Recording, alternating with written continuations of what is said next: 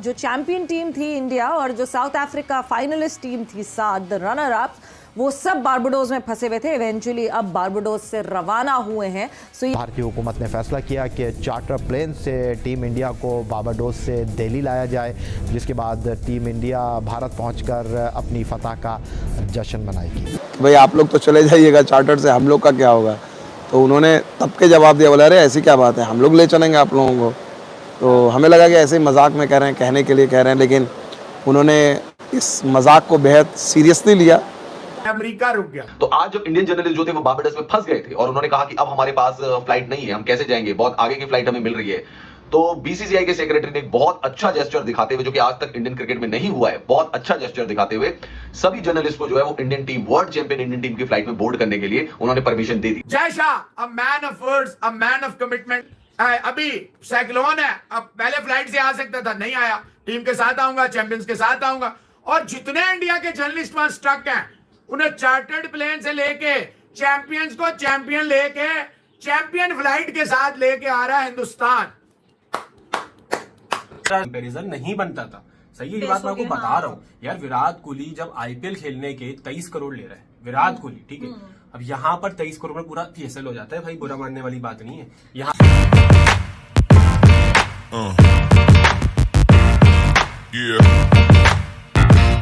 भारतीय टीम के हवाले से जो बारबाडोस में सूरत हाल थी, उस हवाले से कुछ अपडेट इस तरीके से है कि भारतीय टीम वर्ल्ड कप जीतने के बाद वापस रवाना हुई है, क्योंकि उनका जो शेड्यूल रवानगी थी वो मुतासिर हुई इस वजह से, क्योंकि वहाँ पर तूफ़ान था समुद्री, जिस वजह से भारतीय टीम को रुकना पड़ा, साउथ अफ्रीका की टीम को भी रुकना पड़ा और पाकिस्तान और इंडिया के सहाफ़ियों को भी रुकना पड़ा। तो अब इत्तलात ये हैं कि भारतीय टीम एक खुसूसी तैयारे के ज़रिए से वतन वापस रवाना हुई है और इस तैयारे का बंदोबस्त किया गया कि उनको एक बराह रास्त जो फ़्लाइट है मेरा ख्याल वो वापस लेकर जाएगी। तो अब चूँकि चीज़ें बदली हैं, हालात मामूल पर आए हैं और भारतीय टीम अपने वतन वापस रवाना हो रही है। बिल्कुल जी, मोस्ट प्रॉब्ली कोई वेंसडे और थर्सडे के बीच की रात को जो है वो भारतीय टीम वहाँ पहुँचेगी एंड उसके बाद पूरा उनका एक प्लान है जिस पे उन्होंने जो है वो सेलिब्रेशन से मिलना है, फिर उसके बाद ओपन बस सेलिब्रेशन होनी है। मुंबई की सड़कों पे सुना है कि सेलिब्रेशन होगी। सो यस, फुटबॉल स्टाइल बिल्कुल सेलिब्रेट करना बनता है। हाँ, बिल्कुल 11 साल बाद हाफिज अगर एक मुल्क जो है वो आईसीसी इवेंट जीता है एंड देन व्हाई नॉट, जिस तरह जीता है एक अनबीटेबल टीम जो कि फाइनल जीती है, तो सेलिब्रेट करना बिल्कुल बनता है। बस इस सारी चीज़ में एक और अच्छी बात ये थी, क्योंकि उस तूफान की वजह से मीडिया भी वहाँ पे फंसा हुआ था, तो काफ़ी मीडिया के लोग भी साथ ट्रैवल किए हैं टीम के। सो विच मीन्स ये बीसीसीआई ने स्पेशल परमिशन दिलवाई कि कुछ मीडिया के लोग भी जो हैं वो चार्टर्ड फ्लाइट में साथ ट्रैवल करेंगे। So which is very good. Boards को अपने मीडिया का ख्याल रखना चाहिए, बिल्कुल रखना चाहिए। मैं कुछ और वाक़यात जिक्र नहीं करना चाहता इतना भी ख्याल नहीं रखना चाहिए। बट मूविंग ऑन फर्दर, भारतीय टीम के हवाले से जो बारबाडोस में सूरत हाल थी, उस हवाले से कुछ अपडेट इस तरीके से है कि भारतीय टीम वर्ल्ड कप जीतने के बाद वापस रवाना हुई है, क्योंकि उनका जो शेड्यूल रवानगी थी वो मुतासिर हुई इस वजह से, क्योंकि पहुंच गए बारबाडोस एयरपोर्ट में। प्लान तो नहीं था, फंसे हुए थे बुरी तरह से, लेकिन thanks to BCCI, specially BCCI secretary Jay Shah, वो जिस दिन हम लोग बार बार बोल रहे थे उस दिन हम लोग उनसे मिले थे, मीडिया के लोग, और उसके बाद हमने मजाक में कहा कि भाई आप लोग तो चले जाइएगा चार्टर से, हम लोग का क्या होगा? तो उन्होंने तब के जवाब दिया, बोला अरे ऐसी क्या बात है, हम लोग ले चलेंगे आप लोगों को।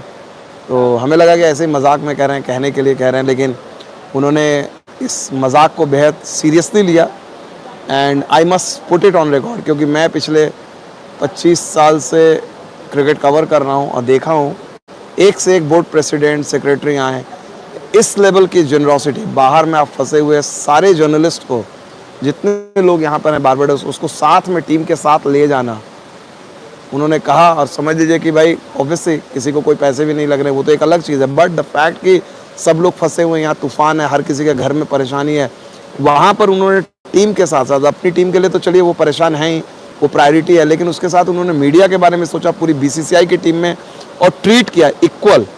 मतलब जो इंडियन कंटिजेंट जो यहाँ पर आया, 20-25 लोग जो आए हैं, फोटोग्राफर मिला के, टीवी चैनल के रिपोर्टर, वेबसाइट के रिपोर्टर, ये बहुत बड़ी चीज़ है। और ये पहली बार हमारा भी है, पहली बार जो है चढ़ रहे हैं हम उस पर, क्या कहते हैं जो, अरे यार, चार्टर्ड फ्लाइट, इंडियन टीम की चार्टर्ड फ्लाइट।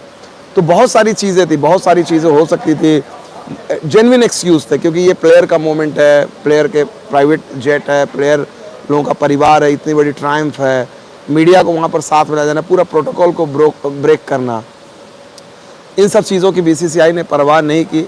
और हालांकि थोड़ी सी जो फ्लाइट है जो वो लेट हो गई है, लेकिन कोई बात नहीं है, मैं भी पहुँच चुका हूँ और बहुत सारे लोगों ने चेक इन भी कर लिया है। लेकिन यहाँ पर तारीफ़ करनी होगी specially BCCI secretary Jay Shah की। बहुत उनकी मैंने देखा कि बहुत, आपको मैं कल भी बोल रहा था और मैं इसलिए बोल रहा हूँ कि पहले तो मुझे लगा कि नहीं बोलना चाहिए था, लेकिन मैंने देखा कि बहुत सारे लोगों ने इस बात को कई घंटे पहले ट्विटर पे और बाकी जगह कहा, तो मुझे लगा कि आप लोगों को बताना, क्योंकि बहुत सारे लोग पूछ रहे थे कि मीडिया के लोग आ रहे हैं, आप आ रहे हो कि नहीं। तो आप लोगों के लिए बता दूं कि जी हाँ, मैं भी आ रहा हूँ, ठीक है, टीम के साथ आ रहा हूँ।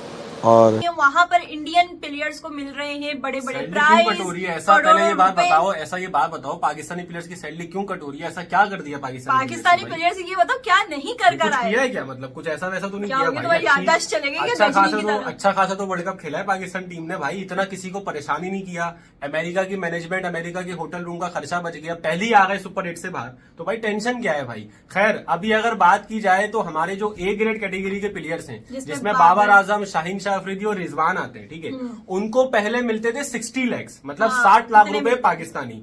अब उनकी सैलरी कट हो गई है, अब उनको मिल रहे हैं 45 लाख, ठीक है ना। और अगर दूसरी तरफ देखा जाए जो बी ग्रेड कैटेगरी में आते, जैसे हारिस रऊफ हो गए, शादाब खान हो गए, ठीक है, उनको पहले मिलते थे 45 लाख, ठीक है, अब उनको कितने मिल रहे? 30 लाख रुपए, मतलब 15-15 लाख डिडक्ट हो चुके। और इमाद वगैरह तो 7-6 लाख सजा कोई मुझे दे दे। हाँ। मतलब अगर कोई मुझे 60 लाख दे रहा है, 15 लाख काट के 45 लाख दे दे, मतलब सजा तो देखो, सजा कैसी? देखो, मैं यहाँ पे सजा की बात नहीं कर रही हूँ, मैं यहाँ पे कंपैरिजन की बात कर रही हूँ कि वहाँ पर इंडियन प्लेयर्स को यार 125 देखो, मैं आज एक बात बताता हूँ। बाबर आजम है सेंट्रल कॉन्ट्रैक्ट पर, ठीक है, रिजवान है सेंट्रल कॉन्ट्रैक्ट पे, शाहीन शाह अफरीदी है सेंट्रल कॉन्ट्रैक्ट पे। सेंट्रल कॉन्ट्रैक्ट का मतलब ये होता है कि आप कोई सीरीज खेलो या नहीं खेलो, आप वर्ल्ड कप खेलो या नहीं खेलो, तो वो एक एम्प्लॉय होते हैं पीसीबी के, उनको जो मंथली उनकी इनकम होती है वो लाजमी मिलती है, ठीक है ना। तो मैं नहीं समझता कि ये नहीं, तो ये बात सही है कि 45 लाख में इतना ही बस वो करके दिखाते हैं। अबे भाई, आप मुझे ये बताओ ना, मतलब अभी अगर किसी से ढकी छुपी बात नहीं है, जो इकोनॉमी है पाकिस्तान की, उस हिसाब से उनको 60 लाख रुपए मिल रहे थे यार, मतलब 60 लाख रुपए, ठीक है ना। तो इकोनॉमी की वजह से हुआ या परफॉर्मेंस की वजह से हुआ? ये भी तो देखो, अब सजा तो दी है, लेकिन अब आप ये देखो ना कि फिर हमारे प्लेयर्स जब रोते हैं और ये बोलते हैं कि हमें पूरी सहूलत नहीं है, हमें सारी कोई मैनेजमेंट नहीं है, तो भाई ये सही बात बोलते हैं फिर, ये बताओ भाई। देखो, अब मैं फिर वही वाली बार मिसाल देता हूँ अफगानिस्तान की। अफगानिस्तान के पास होम ग्राउंड नहीं है अपने, यहाँ पे तो आपके पास होम ग्राउंड है, आप अपना पीएसएल करवाते हो, कज़ाफी स्टेडियम में के नेशनल, अबे भाई रजिस्टर है ये, इंटरनेशनली रजिस्टर्ड स्टेडियम है ये, ठीक है ना। अफगानिस्तान के पास तो इतने है ही नहीं भाई, इतनी उनके पास सहूलत ही नहीं है। पता है कि प्लेयर्स कर क्या रहे हैं? टिकटॉक्स पे अकाउंट बना लिए, वो अपनी ट्रेनिंग जितनी भी होती है ना वो अब सोशल मीडिया पे डालते हैं, वहां से कमाई हो रही है। जितना मशहूर हमारा उमर अकमल है ना कि टिकटॉक पे, उतना मशहूर कोई नहीं है मेरे भाई, शायद विराट कोहली भी ना हो इतना मशहूर जितना उमर अकमल मशहूर है। तो भाई मैं आपको बात बताऊं, कोई जाहिर है अर्निंग तो करनी है ना, अर्निंग तो करनी है। जब पीसीबी, अब देखो, अब मैं एक बात बताता हूँ, पीसीबी इनको पे कर रहा है, प्लस ये लोग एड्स भी करते हैं, प्लस ये लोग पीएसएल भी खेलते हैं, डिफरेंट लीग्स भी खेलते हैं ये, तो भाई पैसा तो कमा रहे हैं। अब यही सोच है ना इनकी, सिर्फ पैसा कमाना। जिस दिन उन्होंने परफॉर्मेंस देना शुरू कर दी ना भाई, तो जिस तरह से जय शाह ने एक बात बोली थी कि हम भारत का झंडा गाड़ेंगे बारबडोस के अंदर, तो वो बात जब रोहित शर्मा ने सच करके दिखाई तो जय शाह ने बोला यार इस बंदे ने मेरी लाज रख ली, इस बंदे ने मेरी बात रख ली, तो मेरे लिए 125 करोड़ अब कुछ नहीं है, मैं दे रहा हूँ ऐसी गिफ्ट भाई। और अभी तो काफी सुनने में ये आ रहा है कि इंडियंस के बिजनेसमैन भी अभी थोड़ा सा निकलेंगे बाहर, उनको वो भी प्राइस अनाउंस करेंगे। मैं को बात बताऊं, सीधा बताऊं, हमारे प्लेयर्स का और इंडिया के प्लेयर्स का, अभी कहने की बात नहीं कर रहा, जब उस वक्त सौरव गंगुली, राहुल द्रविड़ वगैरह खेलते थे ना, उस वक्त की भी बात कर रहा हूँ, जब हमारे इंजिमाम और इमरान खान खेलते थे, ठीक है, उस वक्त भी पैसों के मुकाबले में हमारा इंडिया के प्लेयर से कंपैरिजन नहीं बनता था। सही है, ये बात मैं आपको बता रहा हूँ यार। विराट कोहली जब आईपीएल खेलने के 23 करोड़ ले रहा है, विराट कोहली, ठीक है, अब यहाँ पर 23 करोड़ में पूरा पीएसएल हो जाता है भाई, बुरा मानने वाली बात नहीं है। यहाँ पे पीएसएल का बजट पूरा पीएसएल करवा सकता है, तभी तो वो सही कहते हैं। और देखो, कंपैरिजन तो बनता नहीं है।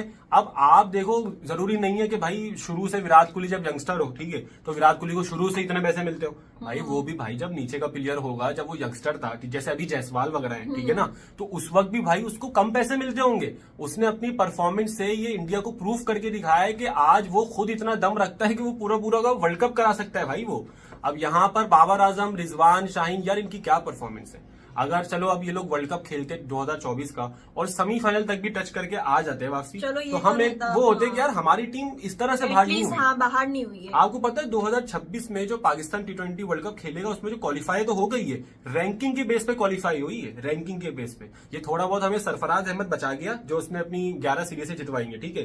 वरना हम तो ओमान वगैरह से लीग वाला मैच खेलते क्वालिफाई, उसके बाद 26 में आते। तो इस परफॉर्मेंस पे तो भाई आपके चेहरों पे अगर 45 लाख भी मोहसिन नकवी साहब दे रहा है ना भाई, तो वो बहुत अच्छे दे रहा है। सुनने में यही आ रहा है कि मोहसिन नकवी को चेयरमैनशिप से भी हटाया जाएगा क्योंकि उन्होंने कर दी सैलरीज कम और उन्होंने सर्जरी भी अनाउंस कर दी। सर्जरी तो वो जब करेंगे ना, उनकी सर्जरी ना हो जाए। मुझे भी यही लग रहा है उनसे पहले। और देखो कोई हल नहीं है, सीधा सीधा मैं शुरू से एक बात बोलता हूँ, ठीक है।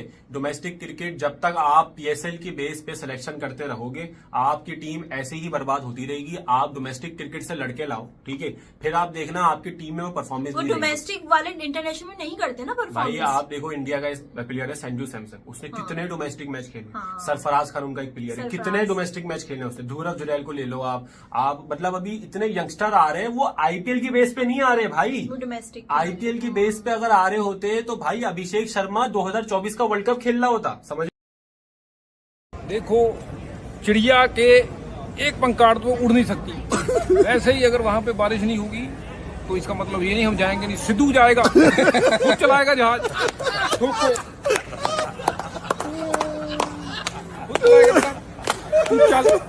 चल। तो हेलो दोस्तों, कैसी लगी आपको ये वीडियो? अगर आपको वीडियो पसंद आई है तो इस वीडियो को लाइक शेयर सब्सक्राइब करना ना भूलें।